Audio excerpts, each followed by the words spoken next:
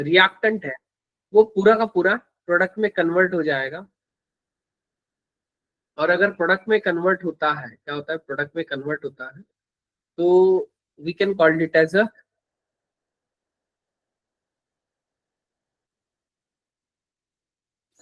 मतलब जितना mass of reactant होगा वो पूरा का पूरा वहां पे प्रोडक्ट में कन्वर्ट हो जाएगा।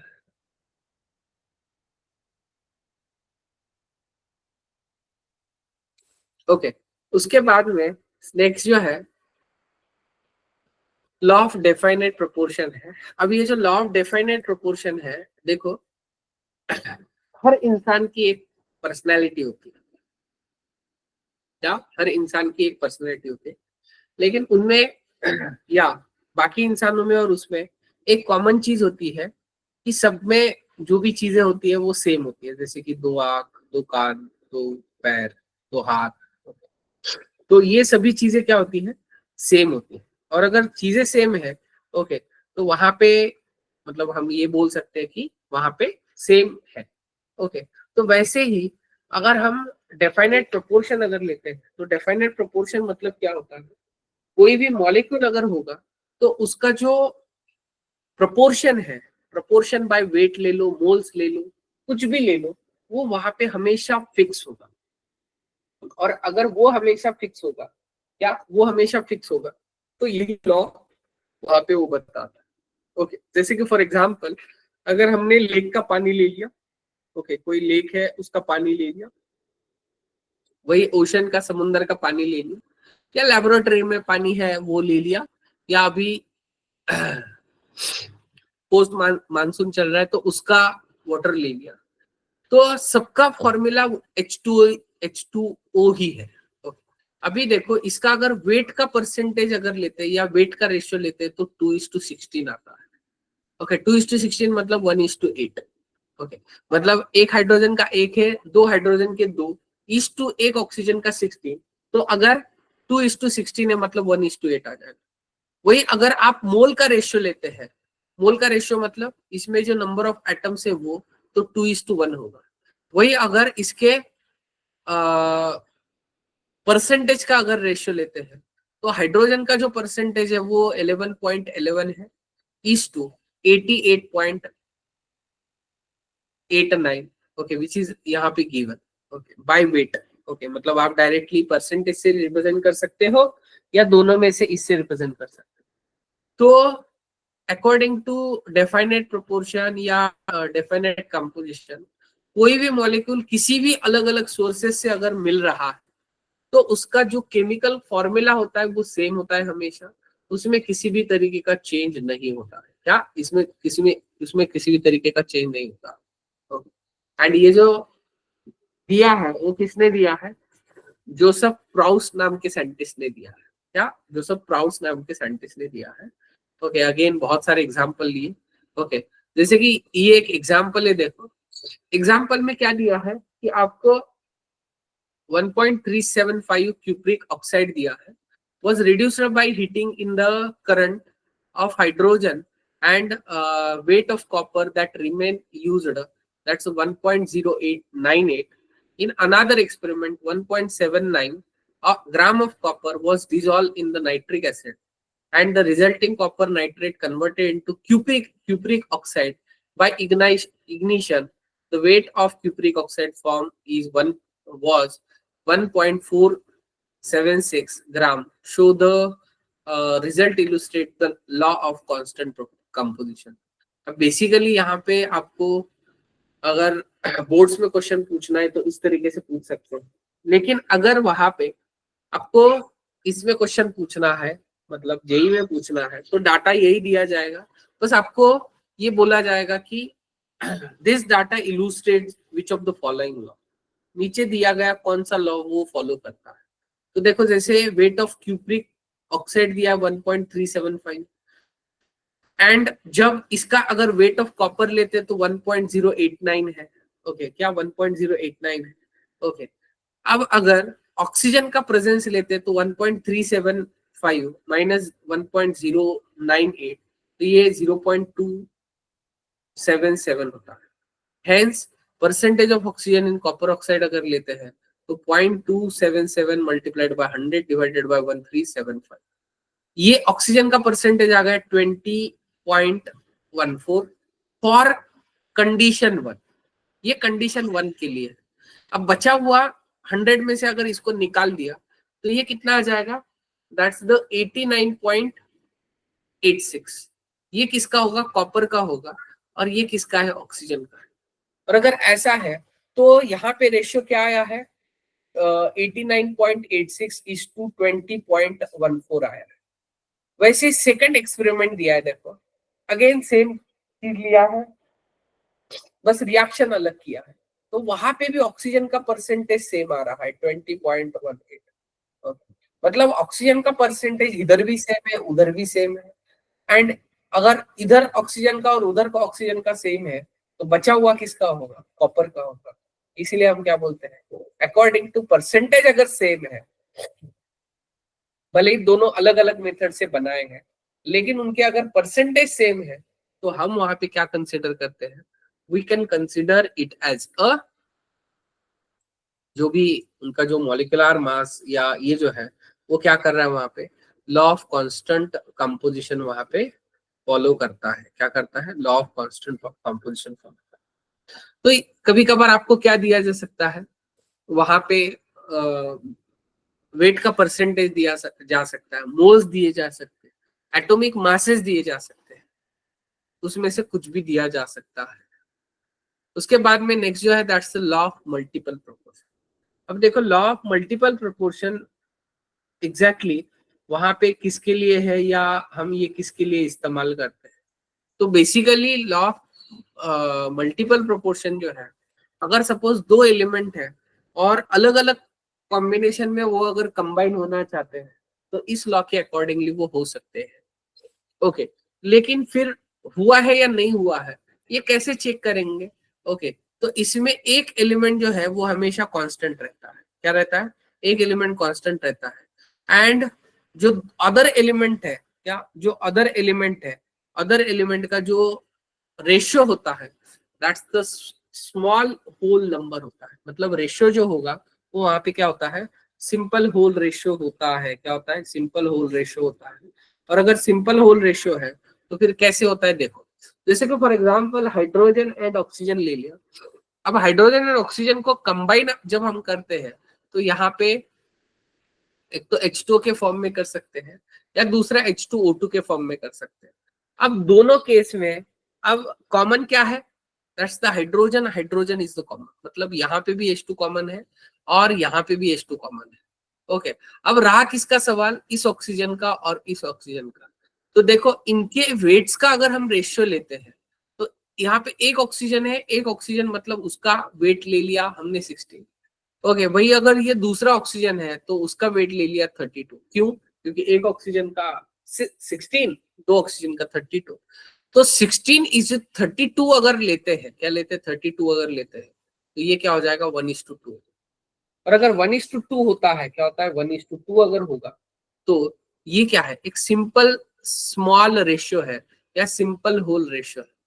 और अगर सिंपल होल रेशियो अगर आता है तो इसका मतलब जो एच हाइड्रोजन गैस या ऑक्सीजन जो है ये वहां पे लॉ ऑफ मल्टीपल प्रोपोर्शन को वहां पे फॉलो कर रहे हैं।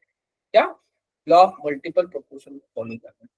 मतलब देखो ऊपर वाले में डेफाइनेट प्रोपोर्शन में हम एक ही मॉलिक्यूल लेते हैं। ओके, क्या कोई भी एक मॉलिक्यूल ले लिया लेकिन सोर्सेस अलग अलग। ओके, वही अगर हम मल्टीपल प्रोपोर्शन लेते हैं तो दो एलिमेंट लेते हैं और दो एलिमेंट लेके वहां पे अलग अलग वहां पे उनके कॉम्बिनेशन लेंगे। ओके, अभी कभी कभार क्या होता है, कभी कभार क्या होता है, वहां पे सेम नहीं होते हैं। क्या होते हैं, सेम नहीं होते हैं। तो उस केस में हमें क्या करना पड़ता है, क्या उस केस में हमें क्या करना पड़ता है, उनको सेम बनाना पड़ता है। क्या उनको सेम बनाना पड़ता है। और अगर सेम बनाएंगे तो अगेन सिंपल होल रेशियो वहां पे आएगा। क्या सिंपल होल रेशियो वहां पे, अगेन ये एग्जांपल ले देखो, एग्जांपल ऊपर की तरह ही सॉल्व करना है। ओके, अगे मतलब परसेंटेज चेक करो और उनका रेशियो वहां पे।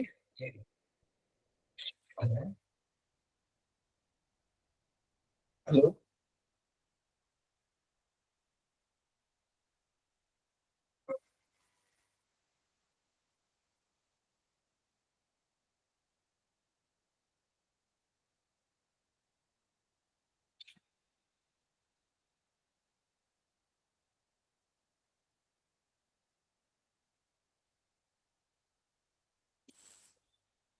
ओके, तो दिस इज अबाउट एग्जैक्टली ये जो ये है वो है। उसके बाद में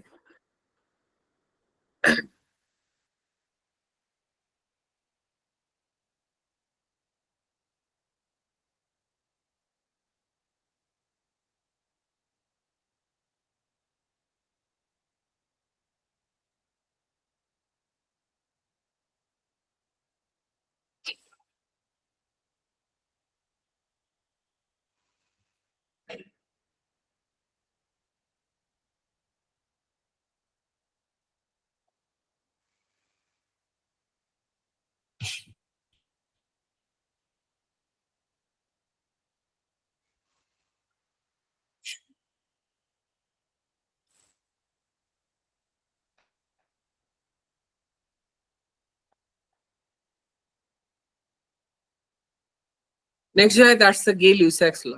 अभी देखो ये गे ल्यूसेक्स लॉ यहाँ पे क्या बोलता है, या इसका नाम ही गे ल्यूसेक्स, मतलब जो साइंटिस्ट है गे ल्यूसेक्स नाम का साइंटिस्ट था, और उसने क्या बोला कि जब भी गैसियस मॉलिक्यूल वहां पे रिएक्ट होते हैं तो they are always react in the simple whole ratio. क्या सिंपल होल रेशियो में वहां पे रिएक्ट होते हैं, मतलब अगर आप इसका रेशियो लोगे, क्या रेशियो, इसका रेशियो अगर लोगे तो ये 100 ml जब वाटर हाइड्रोजन गैस होगा, ओके,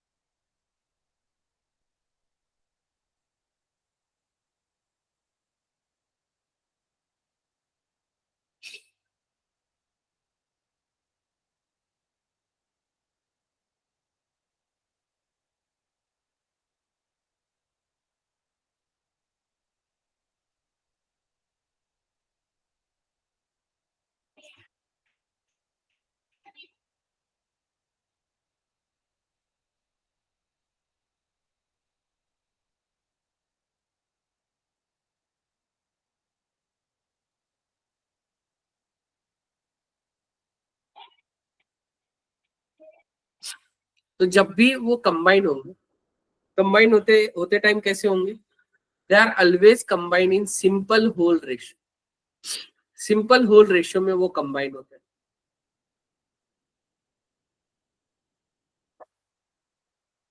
जैसे कि 50 ml 100 ml of hydrogen react with 50 ml of oxygen gives 100 ml of water.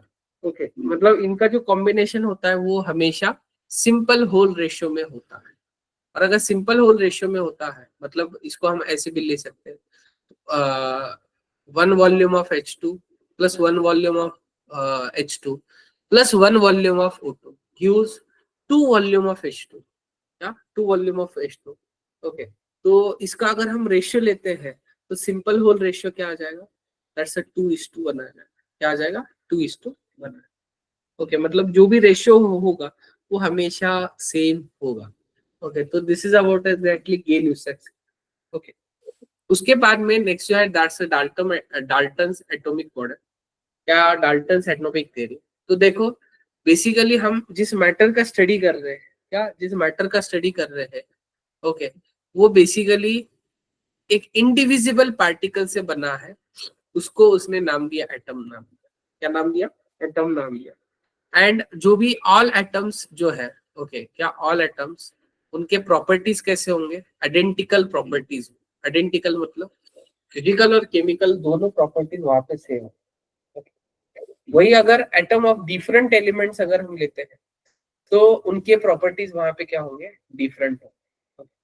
मतलब जैसे कि गोल्ड, अगर गोल्ड के सभी एटम्स या सभी एलिमेंट्स अगर हम लेते हैं तो गोल्ड के सबके सेम होंगे, लेकिन वही अगर कॉपर के लेते हैं तो कॉपर के सबके सेम।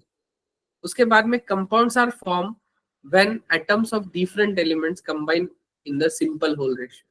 मतलब यहाँ पे कंपाउंड्स बनता है, कैसे बनता है, जब एटम्स वहां पे सिंपल होल रेशियो में वहां पे कंबाइन होता है तो वहां पे क्या बनेगा, कंपाउंड होगा। उसके बाद में केमिकल रिएक्शंस जो होते हैं, chemical reactions involves reorganisation of an atom. Okay, मतलब रिएक्शन होता है, मतलब क्या होता है कि वहां पे एक एटम दूसरे एटम्स के साथ अटैच करेगा, ओके, या दूसरा तीसरे के साथ अटैच करेगा, ओके। लेकिन एक चीज वहां पे होता है, it is neither created nor destroyed in the chemical reaction. वहां पे ना ही वो डिस्ट्रॉय कर सकते हैं, ना ही उसको रिक्रिएट कर सकते हैं, ओके। बस वहां पे क्या कर सकते हैं, मतलब वहां पे रिफॉर्म कर सकते हैं, इसके अलावा कुछ नहीं कर सकते, ओके। एंड ये जो डाल्टन्स एटॉमिक थ्योरी है, okay, which is followed by all laws, क्या, which is followed by all laws. और अगर ऑल लॉज को वो फॉलो करता है तो वही हम वहां पे क्या करते हैं, कंसिडर करते हैं, क्या करते हैं, कंसिडर करते हैं। क्लियर? ओके। उसके बाद में अगर हम कोई भी एटम लेते हैं तो एटम के लिए बेसिकली वहां पे हम दो नंबर्स लेते हैं। दो नंबर्स में सबसे पहला जो नंबर है, that's the atomic,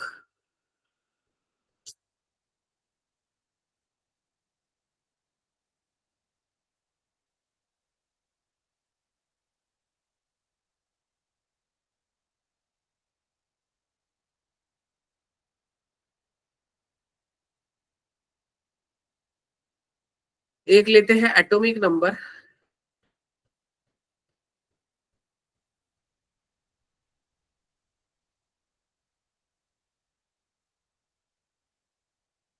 just 1 minute.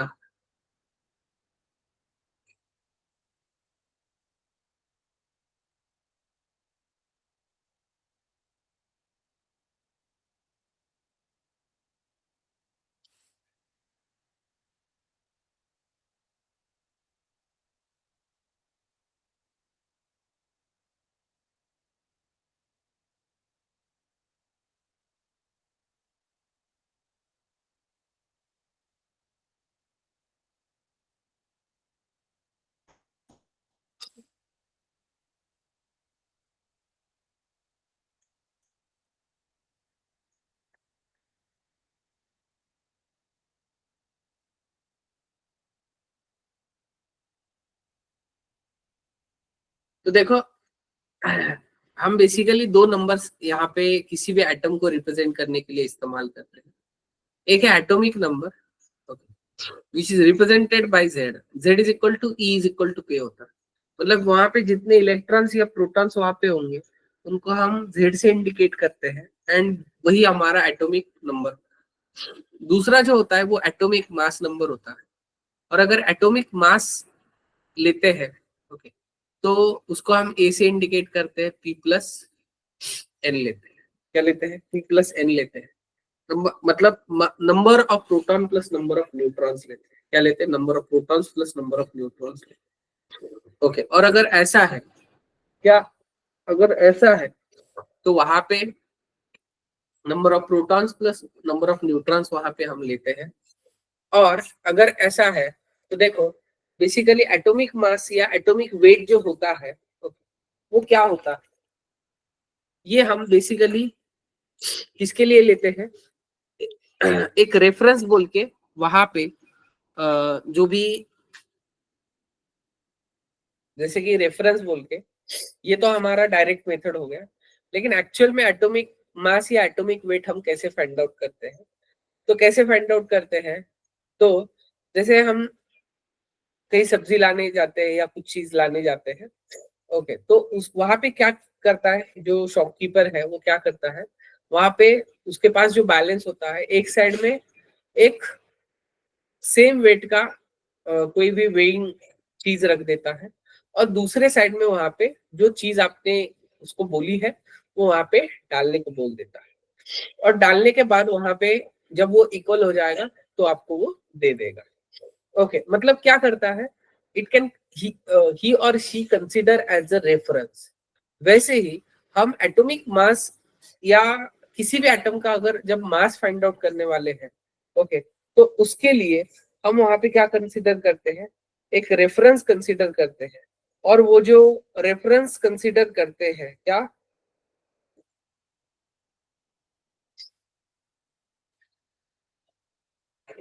Reference जो कंसिडर करते हैं, ओके,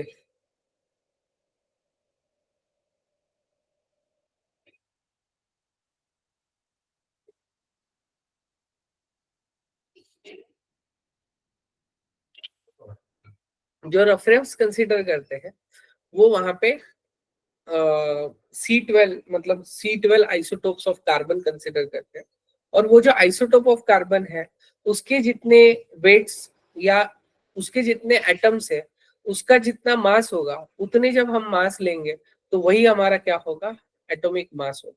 मतलब जो भी एटॉमिक मास अगर लेते हैं, क्या एटॉमिक मास अगर हम लेते हैं,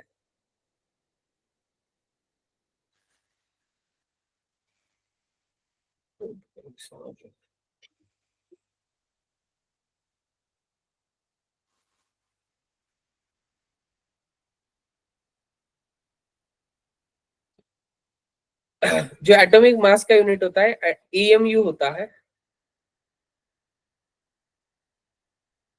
एंड जो डेफिनेशन है, the present system atomic mass is based on the C12, और ये उससे हम ले लेते हैं।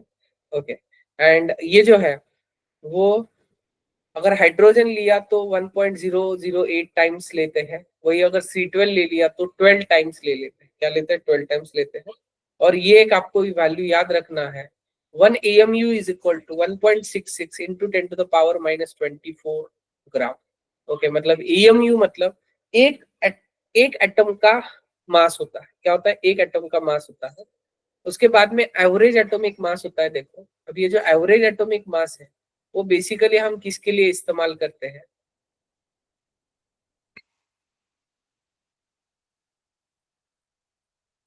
बेसिकली हम आइसोटोप्स के लिए इस्तेमाल करते हैं। अब ये आइसोटोप्स एग्जैक्टली क्या होते हैं?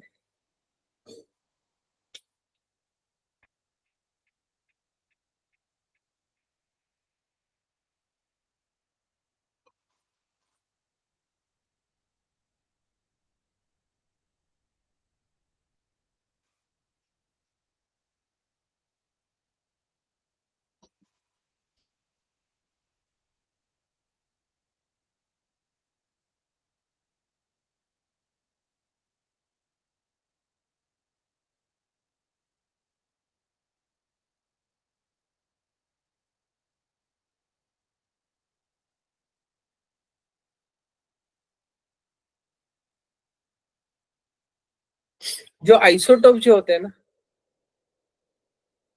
इनमें जो एटॉमिक नंबर होता है वो सेम होगा, एंड अगर एटॉमिक मास नंबर अगर लेते हैं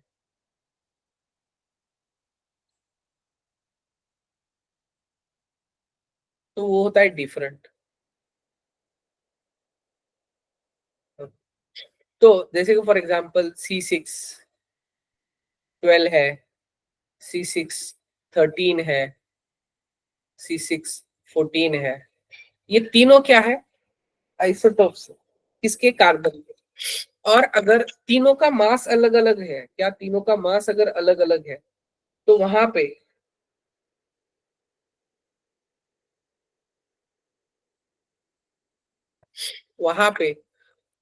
हम 12 13 या 14 कोई स्पेसिफिक लेने की जगह वहां पे क्या करते हैं, उनका एवरेज एटॉमिक मास लेते हैं। अब ये जो relate percentage of relative abundance जो होता है, या इसको परसेंटेज ऑफ रिलेटिव अबंडेंस या इसको परसेंट अबंडेंस भी बोलते हैं। तो ये जो परसेंट अबंडेंस होता है मतलब जो कार्बन है पूरे नेचर में 100% है, तो उसमें C12 कितना है, C12 का परसेंटेज कितना है, उसमें C13 का परसेंटेज कितना है, एंड इसमें C14 का परसेंटेज कितना है। ये जब हम लेते हैं तो इसको हम बेसिकली परसेंट अबंडेंस बोलते हैं।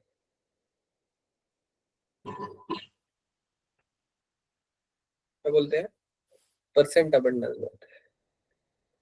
तो बेसिकली ये फॉर एग्जांपल जैसे मैंने आपको बोला C12 13 14, ओके, ये इनके रिलेटिव अबंडेंस है।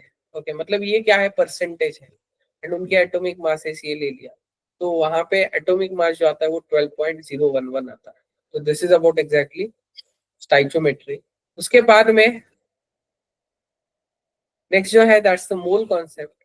अब ये जो मोल कॉन्सेप्ट है, ओके, क्या मोल कॉन्सेप्ट है? तो वहां पे मोल कॉन्सेप्ट हम बेसिकली किसके लिए इस्तेमाल करते हैं? We can measure the matter. जो मैटर है वो मेजर करने के लिए हम वहां पे मोल कॉन्सेप्ट का इस्तेमाल करते हैं, और उसके लिए एटॉमिक मास का जरूरी था, और हमने वो क्या किया है वहां पे, ले लिया है, क्या ले लिया है। ओके, उसके बाद में नेक्स्ट जो है, अब मोल्स मतलब क्या होता है? मोल्स मतलब क्या होता है? अगर सपोज जैसे हमने 1 डजन ले लिया, क्या ले लिया? 1 डजन ले लिया, तो वहां पे बेसिकली क्वांटिटी कितना होता है? 12 क्वांटिटी होता है।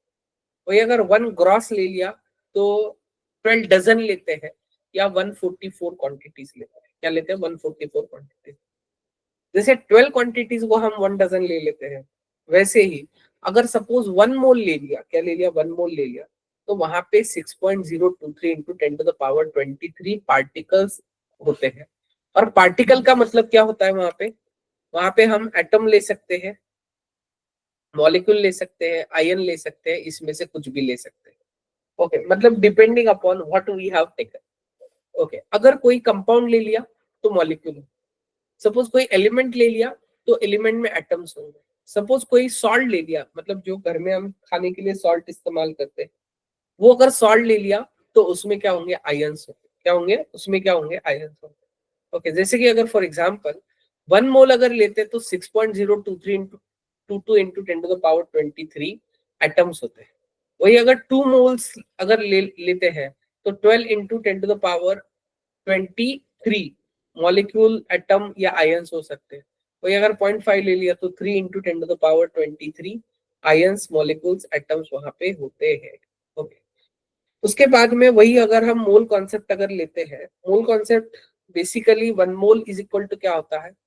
मास, उसके एटम का मास या मॉलिक्यूल का मास। मतलब अगर हमने 12 ग्राम ऑफ कार्बन ले लिया, विच करस्पॉन्ड्स टू 1 मोल, क्या विच करस्पॉन्ड्स टू 1 मोल। वही अगर 23 अगर ले लेते हैं, मतलब हम यहाँ पे ऐसा बोल सकते हैं, अगर हमने उसका 1 mole is equal to, that's the equal to molecular mass in ग्राम,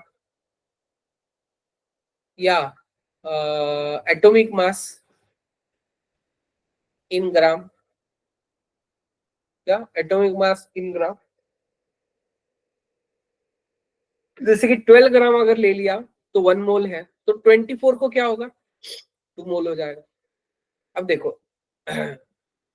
23 ग्राम को एन ए का 1 मोल है, तो 11.5 को क्या हो जाएगा? 0.5 हो जाएगा। मतलब हम क्या कर सकते हैं वहां पे, just by cross multiplying we can find out the moles. लेकिन हर बार तो ये नहीं कर सकते, हमें कुछ ना कुछ तो स्टैंडर्डाइज करना पड़ेगा।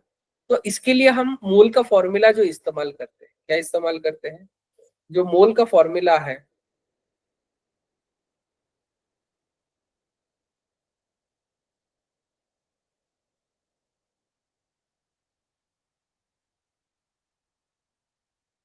मोल इज इक्वल टू क्या लेंगे? वेट ऑफ सब्सटेंस इन ग्राम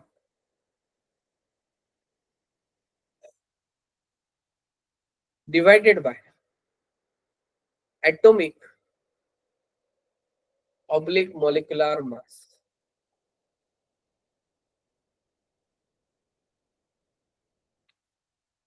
तो ये जो फॉर्मूला है बेसिकली, कोई भी सॉलिड चीज अगर होगा, अगर एटॉमिक मास कब लेंगे हम?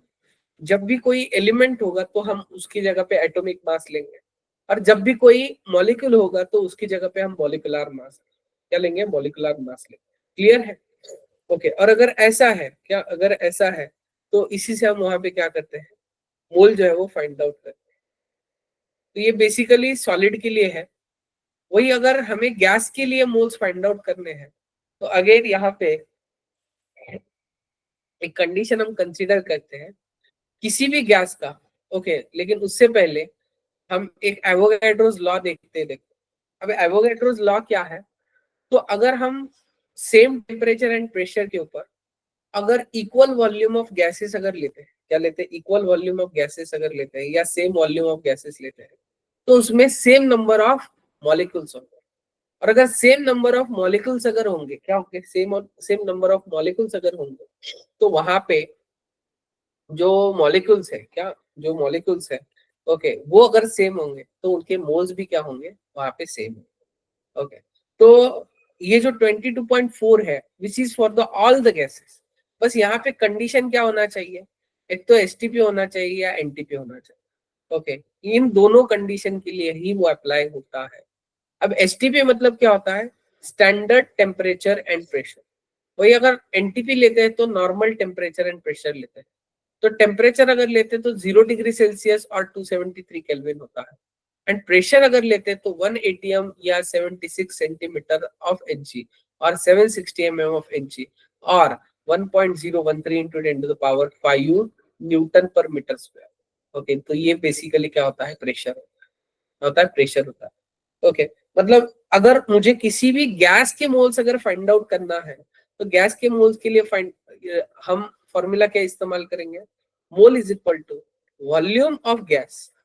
अब हमें कोई लेना देना नहीं कौन सा गैस है, volume of gas in litre.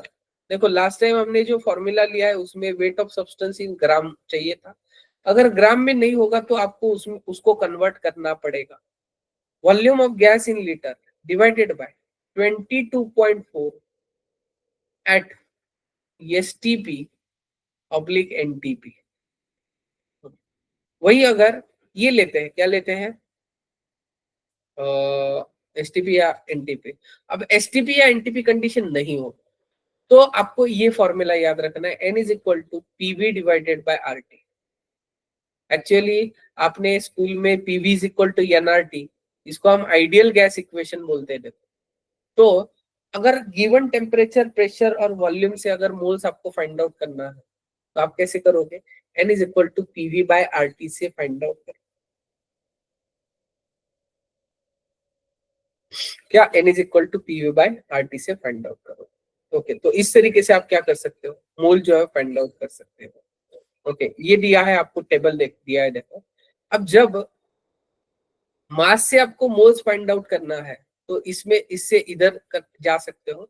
Okay, again मोल से आप नंबर ऑफ पार्टिकल्स निकाल सकते हो, अगेन इधर से इधर भी आ सकते हो, एंड वॉल्यूम से भी इधर आ सकते हो। ओके, अब ये ऐसा मान लो कि आपका ये सेंटर है, क्या है, ये आपका सेंटर है। ओके, तो जब आपको नंबर ऑफ पार्टिकल से मोल्स की तरफ जाना है तो आपको एक चीज याद रखना है, डिवाइड बाय एनए लेना है।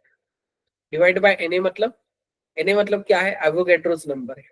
ओके, मतलब अगर आपको नंबर ऑफ पार्टिकल्स दिए हैं ओके और आपको मोल्स फाइंड आउट करने हैं तो आपको क्या करना है, डिवाइड बाय एनए। एनए मतलब नंबर जो एवोगैड्रोस नंबर है 6.022 इंटू 10⁻23 उससे डिवाइड करो। वही अगर मास से अगर मोल निकालना है तो अगेन डिवाइड करना है, क्या करना है, divide by atomic mass oblique molecular मास। या एटॉमिक मास या मॉलिक्यूलर मास से डिवाइड करना है। वही अगर वॉल्यूम से अगर मोल्स फाइंड आउट करना है तो अगेन आपको क्या करना है, यहाँ पे डिवाइड ही करना है, डिवाइड बाय 22.4। क्या करना है, 22.4 से आपको डिवाइड करना है। और अगर 22.4 से अगर डिवाइड करते हो, क्या करते हो, 22.4 से डिवाइड करते हो तो वॉल्यूम का मोल में कर सकते हो, नंबर ऑफ मॉलिक्यूल्स या नंबर ऑफ पार्टिकल्स या नंबर ऑफ आयंस का भी मोल में कर सकते हो, और जो गिवन आपको मास दिया है उसका भी मोल्स में कर सकते हो। वैसे ही मोल्स का अगर आपको वॉल्यूम में कन्वर्जन करना है तो आपको क्या करना है, डिवाइड करने की जगह यहाँ पे आपको मल्टीप्लाई करना है। क्या करना है, मल्टीप्लाई बाय 22.4 करना है। ओके, वही अगर नंबर ऑफ पार्टिकल्स लेना है तो अगेन डिवाइड की जगह क्या करोगे आप, multiply by N A. Okay, and इधर भी क्या करोगे, अगेन डिवाइड की जगह मल्टीप्लाई बाय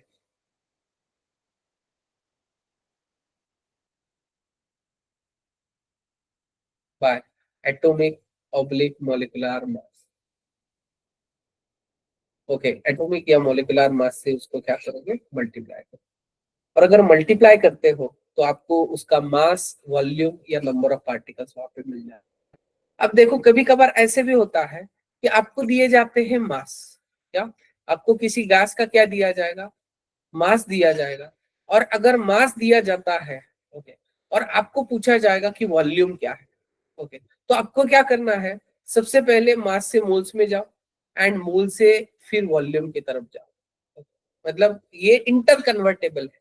या अगर सपोज आपको किसी गैस का वॉल्यूम दे दिया और आपको नंबर ऑफ पार्टिकल्स पूछे, तो पहले मोल्स फाइंड आउट करो और मोल से आपको क्या क्या मिलेगा, मॉलिक्यूल्स मिलेगा। क्या मिलेंगे, क्या मॉलिक्यूल्स।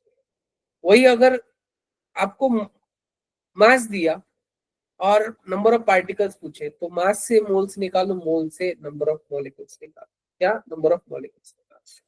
ओके, तो इस तरीके से आप क्या कर सकते हो, वहां पे फाइंड आउट कर सकते हो, क्या कर सकते हो, फाइंड आउट कर सकते हो। Okay, this is about exactly mole. Again वही जो मैंने अभी आपको बताया। ओके, वही कॉन्सेप्ट है, बस यहाँ पे जब आप बीच से बाहर जा रहे हो तो मल्टीप्लाई करना है, बाहर से अंदर आ रहे हो तो डिवाइड करना है, ये आपको याद रखना है। ओके, मतलब हर फॉर्मूला अलग अलग रखने से अच्छा ये सिंपल जो है वो आप यहाँ पे याद रख सकते हो। ओके, या फॉर्मूलाज अगर लेना है तो ये फॉर्मूलाज है, देखो, given number of particles divided by Avogadro's number, ये पहला फॉर्मूला है पार्टिकल वाला। okay, क्या पार्टिकल वाला। ओके, वही अगर मास लेते हैं तो given mass divided by atomic oblique molecular mass, वही अगर गिवन वॉल्यूम लेते हैं तो वॉल्यूम ऑफ एट एसटीपी और एनटीपी, ये वॉल्यूम। ओके, उसके बाद में फॉर्मूला मास होता है। It is similar to like the molecular mass. Actually molecular mass कैसे फाइंड आउट करते हैं हम, मॉलिक्यूलर मास कैसे फाइंड आउट करते हैं, तो molecular mass is the sum of atomic masses of present in the molecule. Okay, मतलब अगर सपोज H2O है, क्या H2O अगर है,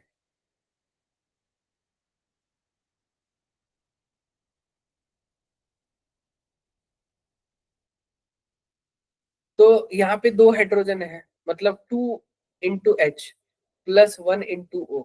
ओके, और 2 into H मतलब 2 into 1 हो जाएगा, प्लस 1 into 16 हो जाएगा, तो टोटल कितना आ जाएगा, 18 आ जाएगा। मतलब 18 क्या हो गया, H2O का मोलिकुलर मास हो गया। क्या हो गया, H2O का मोलिकुलर मास हो गया। क्लियर है।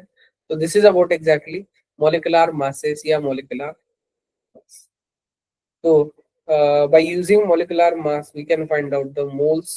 okay, एंड वही अगर फॉर्मूला मास लेते हैं तो फॉर्मूला मास किसके लिए होता है, बेसिकली आयोनिक कंपाउंड्स के लिए होता है। क्या होता है, आयोनिक कंपाउंड्स के लिए। ओके, तो रिमेन जो है that we will discuss in the next.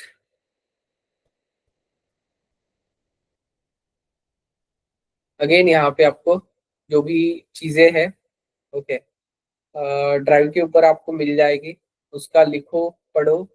उसके साथ साथ एक दो एवरेज एटॉमिक मास के क्वेश्चन है उसमें, वो भी आपको करना है। क्या, वो भी आपको करना है।